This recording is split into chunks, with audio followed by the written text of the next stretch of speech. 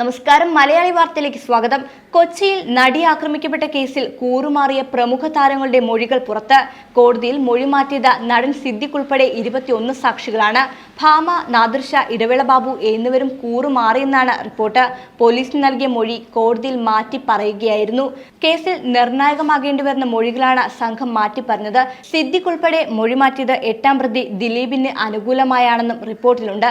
ദിലീപിനെ ആക്രമിക്കപ്പെട്ട നടിയോട് പൂർവ്വ വൈരാഗ്യം ഉണ്ടായിരുന്നുവെന്ന് അമ്മ മുൻ ജനറൽ സെക്രട്ടറി കൂടിയായ സിദ്ദിഖ് പോലീസിന് മൊഴി നൽകിയിരുന്നു.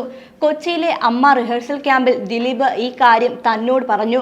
ആക്രമിക്കപ്പെട്ട നടിയെ നേരിൽ കണ്ട തല്ലുമെന്നും ദിലീപ് പറഞ്ഞിരുന്നു. പ്രശ്നപരിഹാരത്തിന് താൻ ശ്രമിച്ചു. ആക്രമിക്കപ്പെട്ട നടിയുമായി സംസാരിച്ചിരുന്നുവെന്നും സിദ്ദിഖ് മൊഴി നൽകിയിരുന്നു. എന്നാൽ പിന്നീട് സിദ്ദിഖ് കൂറുമാറിയതായി പ്രോസിക്യൂഷൻ കോടതിയെ അറിയിക്കുകയായിരുന്നു. നടി ബിന്ദു പണിക്കരും പോലീസിൽ പറഞ്ഞ മൊഴി മാറ്റി പറഞ്ഞു. കാവ്യ മാധവൻ കരഞ്ഞു എന്നതുൾപ്പെടെ ബിന്ദു പണിക്കർ പറയുന്നു. ദിലീപിനെ ആക്രമിക്കപ്പെട്ട നടിയോട് പൂർവ്വ വൈരാഗ്യം ഉണ്ടായിരുന്നുവെന്നും ബിന്ദു പണിക്കർ കൊച്ചിയിലെ അമ്മ റിഹേഴ്സൽ ക്യാമ്പിലെ സംഭവങ്ങൾ വിശദീകരിച്ച് പറഞ്ഞിരുന്നു. പിന്നീട് ബിന്ദു പണിക്കർ കോടതിയിൽ സാക്ഷിമൊഴി മാറ്റി പറഞ്ഞു. ബിന്ദു പണിക്കർ കൂറുമാറിയതായും പ്രോസിക്യൂഷൻ കോടതിയെ അറിയിച്ചിരുന്നു. തന്റെ റോളുകൾ ഒഴിവാക്കുന്നതായി ആക്രമിക്കപ്പെട്ട നടി പരാതി പറഞ്ഞിരുന്നുവെന്നും ദിലീപിന് ആക്രമിക്കപ്പെട്ട നടിയോട് വൈരാഗ്യം ഉണ്ടായിരുന്നു എന്നുമാണ് ഇടവേള ബാബു പോലീസിൽ നൽകിയ മൊഴി.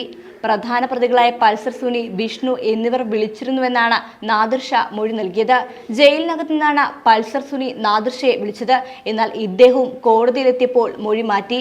പരസ്യമായി നാദിർഷ മുമ്പ് പറഞ്ഞതാണിതെല്ലാം. നടിയെ ആക്രമിച്ച സംഭവത്തിൽ നിർണായക നിലപാടെടുത്ത നടി ഹേമ കമ്മിറ്റിക്ക് മുമ്പിൽ സിനിമയുടെ പീഡനങ്ങളെക്കുറിച്ച് അറിയില്ലെന്നാണ് പ്രതികരിച്ചത്. ഈ നടിയും നടിയെ ആക്രമിച്ച കേസിൽ സാക്ഷിയാണ്. ഈ നടി വിചാരണ കോടതിയിൽ മൊഴി മാറ്റിയോ എന്നത് വ്യക്തമല്ല.